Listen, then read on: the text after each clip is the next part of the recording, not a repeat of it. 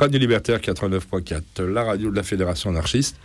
C'est la philanthropie de l'ouvrier charpentier. Alors, philanthropie autour d'un personnage assez étonnant, Alzirela, qui est traducteur, anarchiste, et puis plein d'autres choses encore. Et puis, après avoir vu un peu son enfance et ses origines, on était dans le monde de l'anarchie. Alors, comment il va, qui va rencontrer là-bas? Parce que ça va se passer automatiquement à la frontière, de toute façon. Oui, alors après, il va aussi, il va assez vite se monter, comme on disait à l'époque, monter à Paris. Mais il commence l'anarchie à Bruxelles, puisque voilà.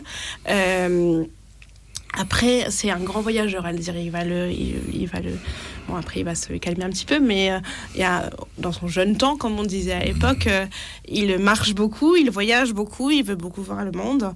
Donc, et puis, il a compris assez vite que s'il voulait influer sur les conditions de travail de ses compagnons, il fallait monter entre guillemets à Paris, ce qu'il fait, puisque voilà. Et là, il va rencontrer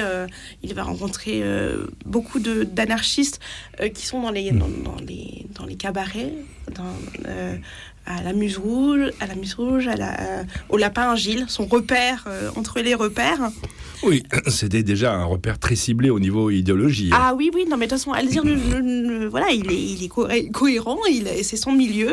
Oui, c'est-à-dire, on n'y arrivait pas par hasard non plus. Non, mais toute sa trajectoire était assez compréhensible et assez cohérente. Donc, il va rencontrer dans ses cabarets beaucoup de figures anarchistes, dont Gaston Coutet, dont Gaston Coutet. Ça, c'était un cadeau pour une jeune personne qui est juste en face de moi, Gaston Coutet, notre héros favori. Donc Gaston Coutet qu'il ne quittera plus, qu'il va toujours suivre, puisque lorsque à la fin, après il y aura l'inauguration d'une statue pour Gaston Coutet, c'est Alzire qui va... Il y aura un hommage qui va mener, entre guillemets, la danse, et qui va s'exprimer pour rendre hommage à son ami. Donc, il va rester dans toute sa vie très, très fidèle à ses amis du début, entre guillemets, et il ne cessera jamais de dire, même quand il sera un traducteur à succès et connu, que voilà, c'est un libertaire et qu'il le reste. Alors après, c'est sûr qu'au fur et à mesure de sa vie et de son évolution, le côté littéraire va prendre beaucoup de temps, donc va prendre un petit peu sur le temps qu'il consacrait avant à l'action purement militante, qu'il ne va pas quitter, mais qui va prendre peut-être une dimension un peu moindre par rapport à ses activités littéraires. Alors son action militante, elle est beaucoup dans l'écriture et la propagande. Oui, il écrit beaucoup. Et là, c'est ses propres écrits, c'est pas de la traduction. Non, c'est pas de la traduction. Il écrit beaucoup dans les journaux de l'époque. Après, il comprend très vite aussi, et ça c'est la Première Guerre mondiale qui est un peu un détonateur, entre guillemets, qu'il faut œuvrer pour la compréhension entre les peuples. Alors ça, c'est peut-être un rapport direct avec Stefan Zweig, qui n'est pas encore là. Il n'est pas encore là. Parce que il a quand même dû le frôler en Belgique, puisque Stefan Zweig allait souvent à Ostende et en Belgique. Ça s'est pas fait. Là, les positions qu'il prend sur le rapprochement des peuples et tout, ça va être des positions de Stefan Zweig. Oui, tout à fait. Donc, on sent quand même, à travers sa vie, qu'il y a des choses ils doivent se rejoindre à un moment. Oui. De toute façon, moi, au début, avant de commencer vraiment à écrire, dans ma thèse qui a précédé ce travail-là, je ne savais pas comment ils s'étaient rencontrés les deux là. Donc et moi je pensais, comme j'avais pas de source qui indiquait le contraire, que ils s'étaient rencontrés chez Verhaeren, donc en Belgique, comme Zweig qui allait souvent. Je me suis dit ça doit, et que Alzire le connaissait aussi. Je me suis dit ils ont dû se rencontrer à un moment. Non. C'est pas Verhaeren qui les a fait se connaître. Et là encore, c'est une immense aventure humaine et un immense hasard que j'ai mis la main sur la façon dont ils se sont rencontrés. Parce qu'en fait, la famille d'Alzire, donc qui est toujours en Belgique, qui est toujours au même endroit, a fouillé du coup dans ses affaires personnelles et m'a donné des lettres et aussi un article de journal de Laurent Républicain qui est signé Marcel Franc et qui racontait les circonstances de la rencontre entre Zweig et Alzire. Et donc, ce Marcel Franc explique que c'est lui qui a fait se rencontrer les deux un soir de mars 1922. Oui, donc là, de toute façon, quand il descend à Paris, c'est bien avant. C'est bien avant. C'est vrai qu'on sent des proximités à chaque fois, quoi, des espèces de trucs. Ça aurait pu se passer en Belgique, ça aurait pu se passer sur l'idéologie dès le début, ou des choses dans le genre. Il y a des parcours qui Surtout qui que Zweig, alors on le sait peut-être pas forcément, Zweig, quand on lit un peu ses journaux ou ses lettres, on se rend compte que il est très sensible à ces combats. Puisque son premier traducteur avant Alzire, puisque Alzire arrive plus tard, c'est Henri Guilbeault, qui est aussi une figure, et que en 1913, sa femme Frédérique lui a écrit dans une lettre, alors qu'elle tremble pour la vie d'une de ses filles, oui, mais moi je prie Dieu pour la vie de sa fille, et toi tu vas dans des réunions d'anarchistes. Oui. Donc comme quoi. Et elle est très curieuse. Elle lui dit mais alors qu'est-ce qui se passe? Est-ce qu'il parle de poser des bombes? Est-ce que explique-moi? Donc on sent quand même. Enfin, ça veut dire qu'il était quand même c'était pas un milieu qu'il ignorait. C'était un milieu où après il adhérait pas aux violences ou n'importe quoi. Mais il était sensible à ces thématiques-là, à cette problématique. Oui, alors tu dis qu'il n'adhérait pas aux notions de violence, mais il n'adhérait pas non plus au pacifisme à l'époque, puisqu'avant la guerre de 14, il a fallu quand même que pendant la guerre, il y ait beaucoup d'échanges entre Romain Rolland et lui, pour que Romain Rolland arrive à l'amener... c'est le Romain Rolland qui le remet, entre guillemets... Stéphane Zweig, il arrive à l'amener quand même au pacifisme. Sur le droit chemin, en disant, voilà... Donc après c'est un Européen et un pacifiste convaincu, mais c'est vrai que... Mais il a fallu toute l'époque de la guerre... un cheminement. Parce qu'au début de la guerre, Stéphane Zweig, il est pro-guerre, quoi. Il a une période où il dit, je suis autrichien, j'espère que mon pays... Et en fait, c'est Romain Rolland qui lui dit moi, je suis plus fidèle que vous à nos idéaux. Et donc, moi, je dis que vous avez tort et qu'il faut être... Et c'est vrai que c'est par cet échange-là que Zweig, et puis parce qu'il est quand même, au fond, il connaît beaucoup de monde en France, il est quand même très... il revient, entre guillemets, à lui-même et qu'il dit, à mes frères français, il publie quelque chose pour dire, moi, je suis au-dessus des partis, entre guillemets, et j'espère que on arrivera à se retrouver assez vite après la guerre. Justement, je disais ça parce que il y a un livre qui est sorti il n'y a pas très très longtemps qui s'appelle Stéphane Zweig, bien entendu, Seuls les vivants créent le monde, avec des inédits, où justement il y a une dizaine de textes qui montrent toute l'évolution de Stéphane Zweig durant la guerre de 14, et dont il y a des rappels bien sûr aux lettres, au courrier qu'il a eu avec Romain Rolland, et qui l'a amené. Et c'est vrai que durant l'époque de la guerre, on voit le premier texte, on voit le deuxième, et on voit l'évolution de la pensée. Ah oui, mais ça, de toute façon... Alors, c'est quelque chose qui n'est pas forcément... maintenant, on voit Zweig comme international, comme... On ne parle plus du tout de cet accès de fièvre qu'il a eu au début, mais elle est là, très clairement, elle est là. Il va d'ailleurs la regretter, il va dire à Rolland, je me suis trompé. Mais il devra à Romain Rolland cette prise de conscience qui n'a pas non plus pris 3 ans, mais il a lu fait que Romain Rolland, qui avait énormément d'influence sur lui, qui considérait comme un de ses maîtres, puisque Zweig fonctionnait aussi beaucoup comme avec des référents, à l'affect, avec des référents, avec des modèles qui ont été Verhaeren, qui est Rolland, c'est quelqu'un qui a besoin de se situer par rapport à des personnes qu'il admire, et donc et Romain Rolland a été pour Zweig une figure extrêmement importante. Oui, donc on faisait juste un écart, façon de dire, sur Zweig. C'est simplement pour montrer qu'il y a plein de lieux où en fin de compte, il se rend compte, ça paraît évident. Ah oui. Ça paraît évident parce que on va revenir un peu sur sa période d'anarchie. Beaucoup d'écrits, beaucoup de monde, puis les milieux libres aussi. Oui. Il est milieu dans le nord de la France, dans l'est de la France. Il écrit dessus, il va voir, il participe. Il est partout. Il est partout. Alors, il est beaucoup... après, il faut bien qu'il se pose un petit peu. Donc, il va aussi à Romainville. Il va à l'anarchie. Il y a Libertad. Voilà, il y a Libertad. Il participe dès le début à l'aventure, puisqu'il est là, dès le début avec Libertad. Et il est là surtout aussi quand le rouleau reprend l'anarchie. Je me permets juste de lire un petit peu sur une anecdote qui est pour moi l'anecdote qui me fait le plus rire, qui montre aussi le personnage d'Alzire. Donc, il vit comme ça dans une communauté, on va dire, donc où ils sont une petite dizaine.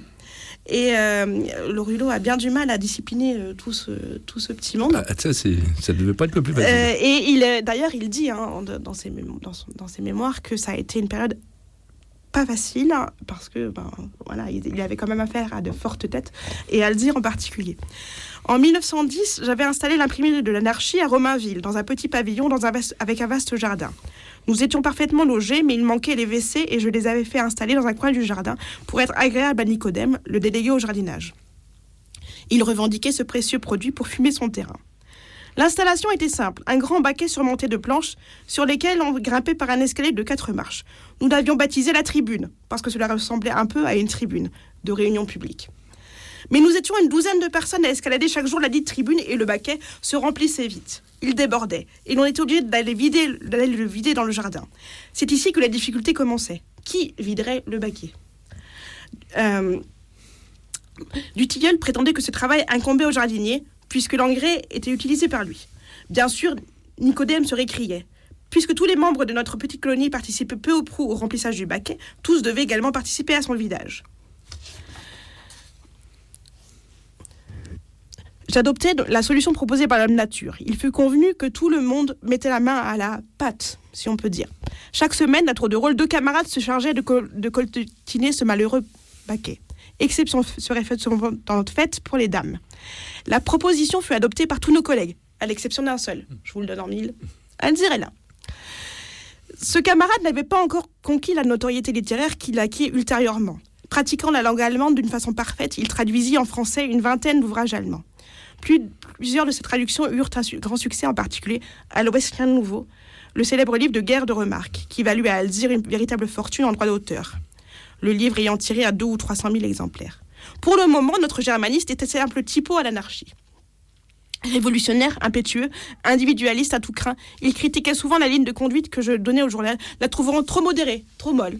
« Tu n'as jamais été un véritable anarchiste », me jétait-il souvent dans la discussion. Et il ajoutait avec un mépris infini, « Tu n'es qu'un socialiste ». Le plus piquant, c'est qu'il adhéra par la suite au Parti communiste, puis au Parti socialiste. Quel intransigeant, la salle à manger de Romainville en entendit des anathèmes et des imprécations. Revenons à notre tribune. Et là, Alzire avait déclaré vertement qu'il ne consentirait jamais à effectuer un travail aussi sale, qu'il n'était pas là pour ça. Je répondis qu'il ne devait pas y avoir d'exception, en principe, et que je prendrais mon tour, comme les autres, tout directeur que j'étais. Piquante et poétique discussion. En attendant, le baquet continue de déborder, la plupart de nos collègues se faisant tirer l'oreille et s'efforçant d'échapper à la corvée. Pour Nicodème, toute la philosophie anarchiste gravitait autour de la tribune. Je m'en amusais avec beaucoup de mauvais goût, il me faut le confesser. Je choisissais le début du déjeuner. C'est d'ailleurs le seul moment de la journée où tous mes collaborateurs étaient réunis. Mes chers amis, j'ai une communication à vous faire. Il s'agit de la tribune. Quelques-uns souriaient, d'autres, les dames surtout, faisaient les grimaces. Quant à Alzire, il bondissait. « J'espère que tu vas nous laisser tranquilles. » Toujours souriant et m'excusant, j'insistais quand même. Je suis bien obligée de vous dire que ça déborde. Alors, et là, Alzire, écumant de colère, empoignait son assiette et son pain, quittait la salle à manger et allait s'installer tout seul dans la cuisine, non sans m'avoir véhémentement traité de cochon. Ces petites scènes avaient le don de me faire jubiler. Alzire me confia par la suite que son indignation n'était pas feinte. La seule évocation de cet odieux baquet lui soulevait le cœur. C'était là un émotif et moins un taquin. Ça montre un peu la personnalité d'Alzire est là, qui Voilà. était quand même prêt à rentrer dedans à chaque fois. Ah oui, dès qu'on le cherchait, dès qu'il estimait que voilà, on le cherchait et qu'on était trop mou, parce que pour lui c'était c'était un peu la pire des insultes. Déjà, socialiste, c'est une insulte à l'époque. Oui, c'est une grosse insulte. Alors bon, il va écrire beaucoup. Il écrira aussi sur la ruche. Il va écrire sur les milieux libres. Il va être très. Il va être aussi partie prenante de la ruche. Mais bon, aucune de ces expériences-là ne va perdurer très longtemps. Donc. Il faut dire qu'il en fait tellement que c'est difficile de le faire tout seul. Bon, cela dit, il a quand même pris des positions systématiquement à cette époque-là sur l'anarchie. L'histoire de la bande à Bono, l'histoire des écrits, il a toujours été dessus. Ah oui, la bande à Bono, c'est aussi... à Romainville, il y a aussi des membres de la bande à Bono. C'est là qui fait leur connaissance. Alors, d'après certains livres, il a été servi de boîte aux lettres, mais il n'a jamais été non plus en première ligne là-dessus. C'est pour ça qu'il n'a jamais été inquiété comme les autres membres de la bande. Après, il y avait un principe chez lui, c'est que même s'il adhérait pas totalement, on ne dénonçait pas.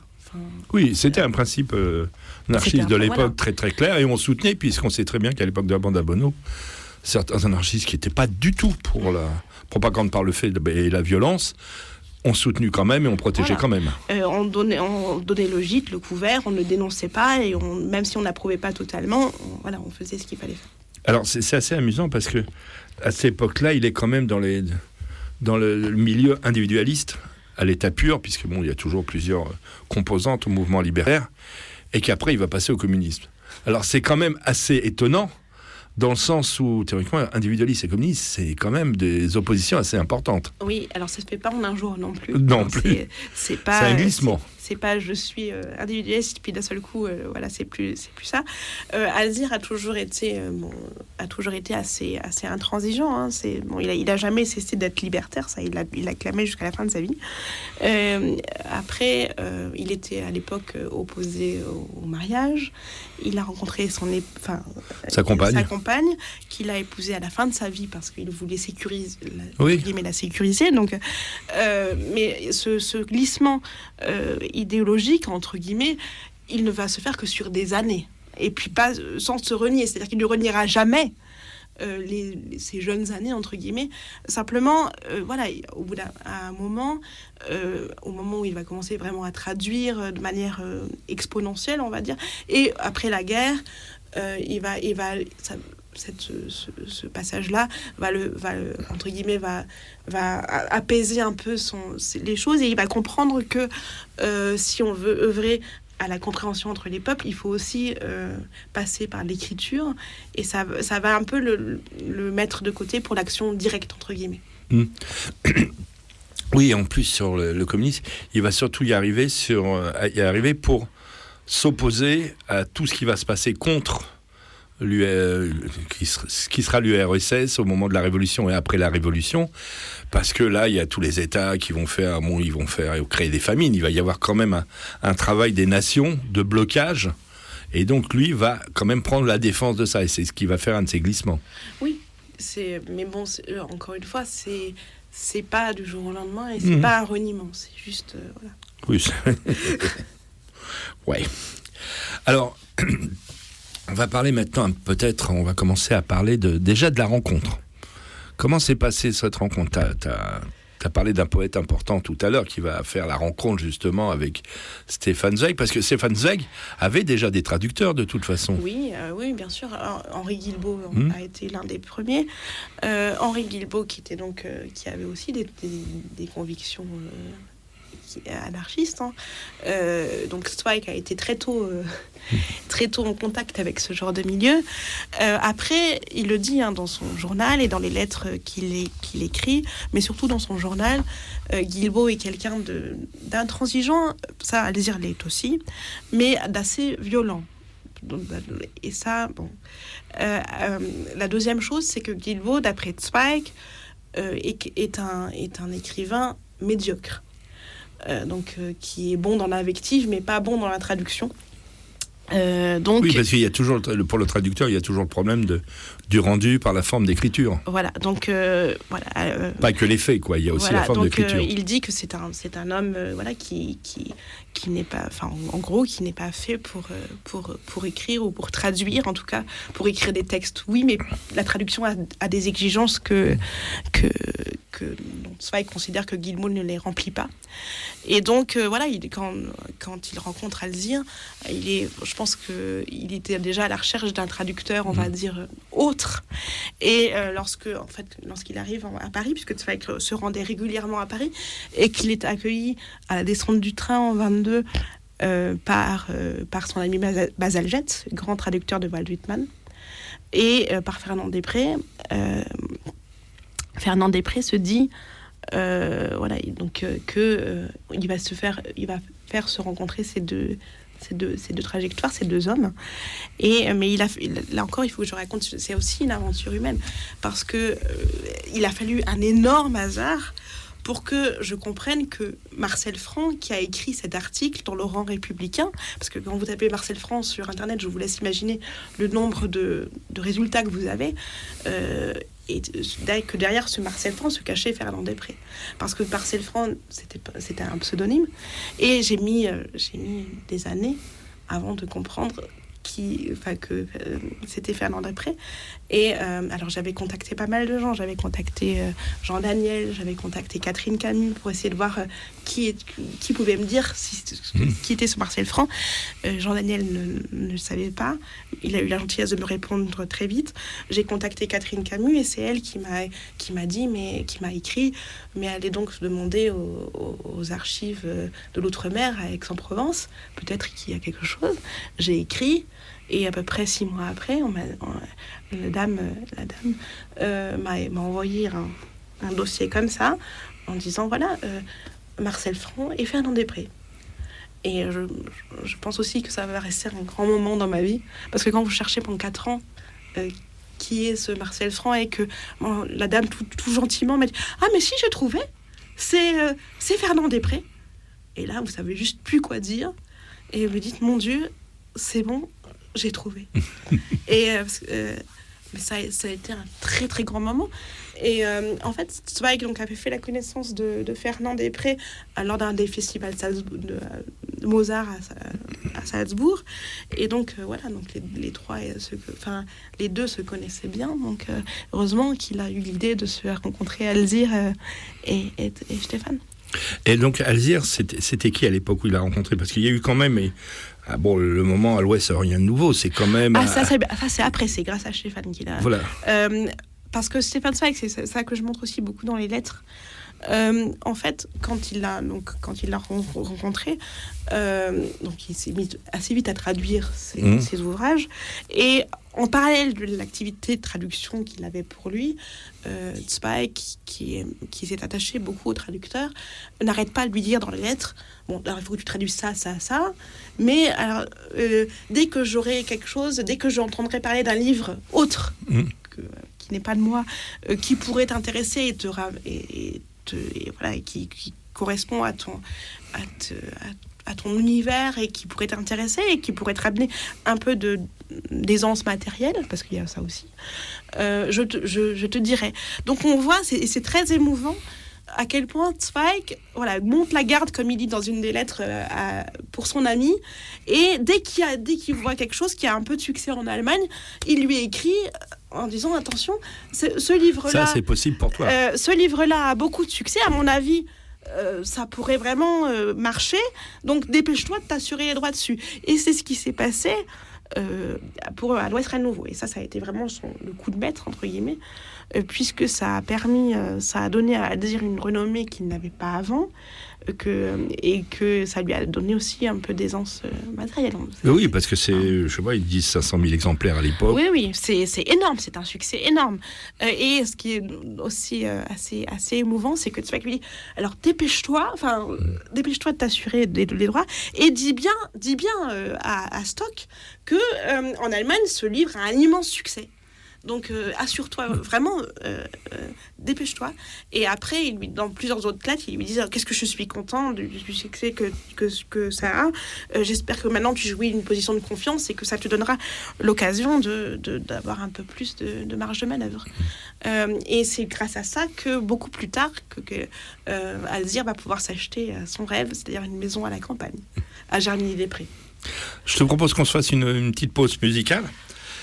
Donc toujours autour de ce personnage, Alzire est là, la voix française de Stéphane Zweig, d'Annelise Delattre, aux éditions Éric Jahamé, éditeur, pour nous joindre le 01 43 71 89 40.